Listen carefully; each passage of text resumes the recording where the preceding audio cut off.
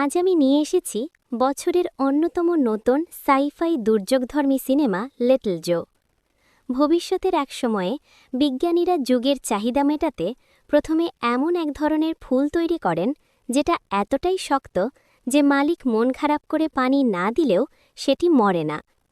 শুনলে মনে হবে আমার জন্যই বানানো, কিন্তু এই ফুলের একটি বড় সমস্যা ছিল। এর গন্ধ ছিল ভীষণ অদ্ভুত ও বিরক্তিকর। এই বিষয় থেকেই অনুপ্রাণিত হয়ে বিজ্ঞানী অ্যালিস একেবারে উল্টো ধারণার একটি নতুন প্রজাতির ফুল তৈরি করেন। এই ফুলটি ঠান্ডা সহ্য করতে পারে না, গরমও পারে না, ঘামেও নষ্ট হয়, মানে খুবই সংবেদনশীল। কিন্তু এর সুবাস ভীষণ মনোরম।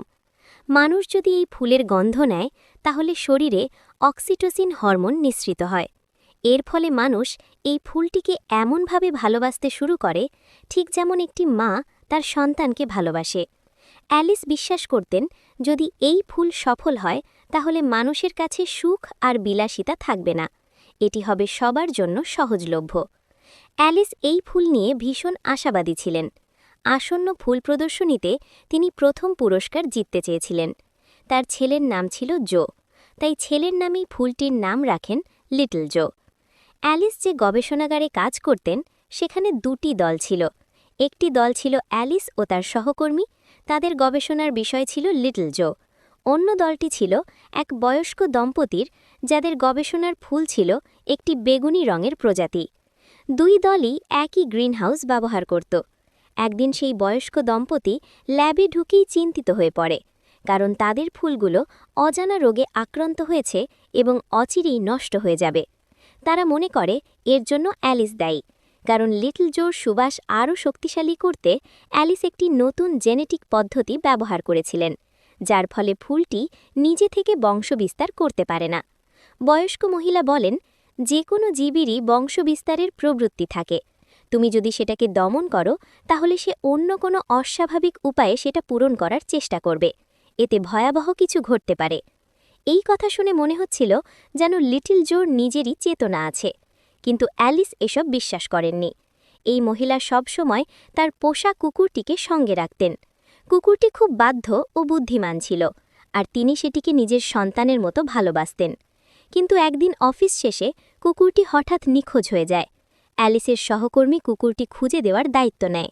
সেই রাতেই লিটল জোর ফুলের পরাগ ছড়ায়, আর সেদিনের পর থেকেই মানুষ ও প্রাণীদের আচরণ বদলেতে শুরু করে। পরদিন মহিলা কুকুরটিকে আদর করতে গেলে দেখে কুকুরটি ভয়ে, রাগে ও অস্বস্তিতে ভরা। সে আর আগের মতো নেই। মহিলা সবার সামনে বলেন, আমার কুকুরটা আর আগের কুকুর নেই, এটা নিশ্চয়ই লিটল জোর প্রভাবে হয়েছে।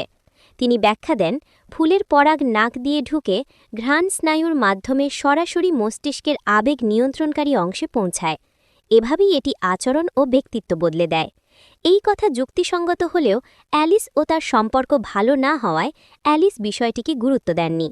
পরদিন অ্যালিস অবাক হয়ে দেখেন তার সহকর্মী গোপনে বয়স্ক দম্পতির গবেষণা এলাকায় লিটল জো রোপণ করেছে। সবাই এই আচরণে অবাক হয়ে যায়, কিন্তু আসলে এই কাজের পেছনে ছিল লিটল জোর প্রভাব। ফুলের পরাগ শ্বাস নেওয়ার কারণেই সহকর্মী এমন অদ্ভুত আচরণ করেছিল। অন্যদিকে অ্যালিস কাজ নিয়ে এত ব্যস্ত ছিলেন যে তার ছেলের সঙ্গে সম্পর্ক ভালো ছিল না। এই কারণে তিনি নিয়ম ভেঙে ছেলের ঘরে গোপনে লিটল জোর একটি টব রাখেন, যেন ছেলের সঙ্গে সম্পর্ক ভালো হয়। কিন্তু একদিন ছেলেও ফুলের পরাগ শ্বাস নেয়। এরপর সে অস্বাভাবিক হয়ে ওঠে। সে গভীর রাতে এক বান্ধবীকে নিয়ে ল্যাবে ঢুকে তাকে জোর করে লিটল জোর গন্ধ নিতে বলে। এসবের কারণ কি? খুব শিগগিরই বয়স্ক মহিলার মুখ দিয়ে সত্যটা প্রকাশ পায়। তিনি বলেন, লিটল জো নিজে বংশবিস্তার করতে পারে না, কিন্তু বাঁচতে চায়, তাই সে বিবর্তিত হয়ে মানুষের মস্তিষ্ক নিয়ন্ত্রণ করার ক্ষমতা অর্জন করেছে। সংক্রমিত মানুষ লিটল জোকে অন্ধভাবে ভালোবাসে এবং আরও মানুষের মধ্যে এর পরাগ ছড়াতে চায়। এভাবেই লিটল জো নিজের অস্তিত্ব টিকিয়ে রাখে। এই কারণেই সহকর্মী ও ছেলের আচরণ ছিল এমন। কিন্তু ধীরে ধীরে সবাই সংক্রমিত হয়ে পড়ে। এমনকি সেই বয়স্ক মহিলাও একসময় আচরণ বদলে ফেলেন। একদিন তিনি কুকুরটির প্রিয় খেলনা দেখে ভেঙে পড়েন, কারণ সংক্রমিত হলে মানুষের আবেগ থাকার কথা নয়। আসলে তিনি এতদিন ভান করছিলেন, তিনি সংক্রমিত হননি। দুপুরের খাবারের সময় তিনি সবার সামনে চিৎকার করে বলেন, আমি সংক্রমিত হইনি, কিন্তু তোমরা সবাই শেষ। এরপর তিনি ভেঙে পড়ে বেরিয়ে যান। অ্যালিস তার পিছু নেন।